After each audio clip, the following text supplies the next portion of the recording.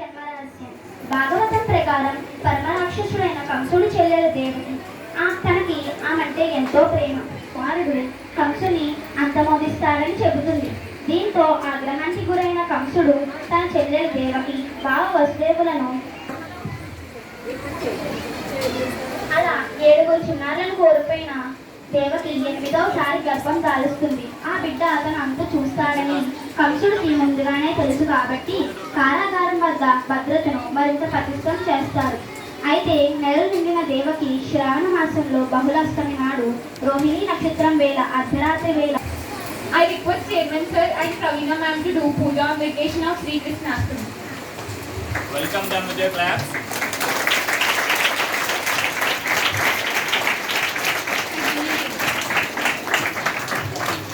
అతన్ని ఎలాగైనా రక్షించుకోవాలనుకుంటారు దేవకి వసుదేవుడు.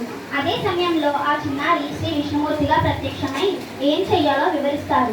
వెంటనే వసుదేవుని సంఖ్యలు తెగిపోతాయి, కారాగార తలుపులు తెరుచుకుంటాయి, సైనికులు సొమ్మసిలి పడిపోతారు. ఆ బాలకృష్ణుడిని వసుదేవుడు బుట్టలో నిద్రపుచ్చి రేపల్లెకు బయలుదేరుతాడు.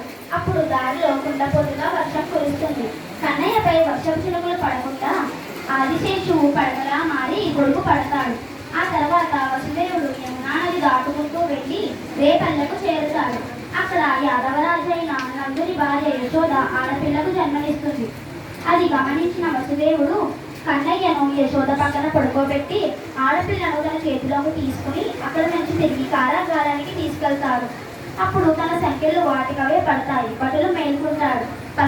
పసిబిడ్డ ఏడుపు విని కంసుడి సమాచారం చేరవేస్తాడు.